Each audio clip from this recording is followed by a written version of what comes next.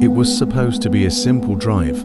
Marcus had left work late, the highway nearly empty, and the world outside. His headlights felt swallowed by darkness. The road twisted through endless forest, trees leaning in like silent witnesses. His phone battery had died hours ago, leaving him with only the sound of the engine and the hum of tires on asphalt. Around midnight, the first strange thing happened. A figure appeared on the shoulder of the road, barely visible until the beams caught it. A man in a dark coat standing perfectly still, his face hidden beneath the brim of a hat. Marcus slowed down instinctively, but when he blinked, the figure was gone. The road stretched empty again, nothing but black trees and fog. He laughed nervously, telling himself it was fatigue, nothing more.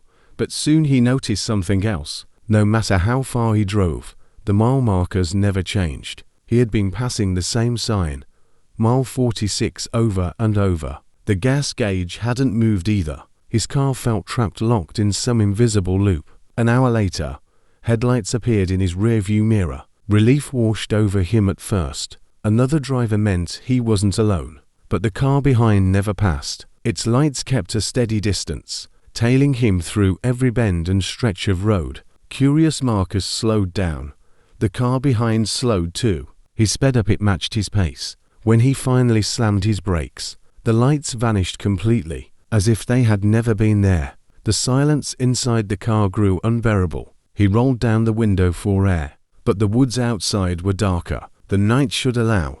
The forest seemed endless, yet every shadow shifted when he glanced at it, like something was moving just out of sight. That's when the radio came to life. Static at first, sharp and piercing, before a faint voice broke through. It wasn't a station, not music, not even a proper broadcast, just a whisper, "You shouldn't be here." Marcus froze. The dial was broken.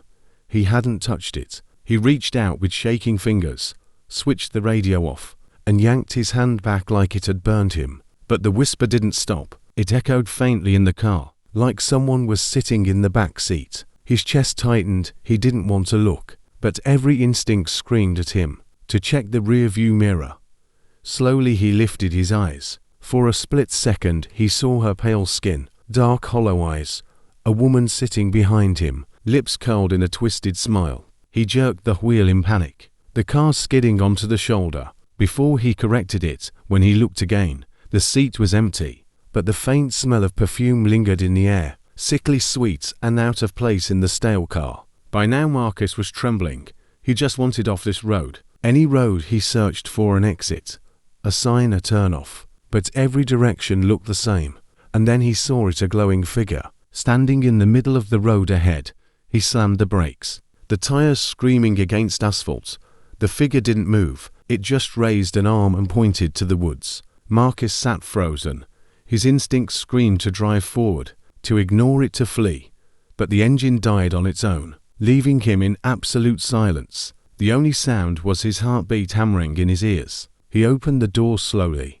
The night air thick and cold. The forest loomed like a wall, and the figure ahead remained motionless, pointing against every shred of logic. Marcus stepped into the trees. Branches clawed at his jacket. Roots threatened to trip him. And the deeper he walked, the quieter the world became. That's when he saw them. Dozens of pale faces between the trees, watching men, women, children, all with hollow eyes. They didn't speak. They didn't move. They only stared behind him. His car door slammed shut on its own. He spun around, but the highway was gone. There was no car, no road, just forest. The pointing figure was gone too.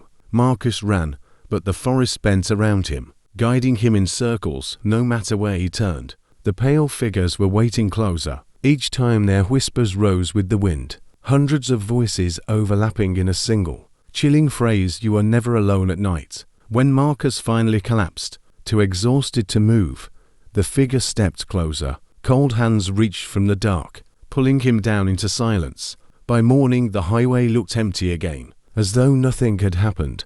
But sometimes, drivers swear they see a man on the shoulder, at mile 46, standing still, face hidden beneath the brim of a hat, waiting for someone to stop.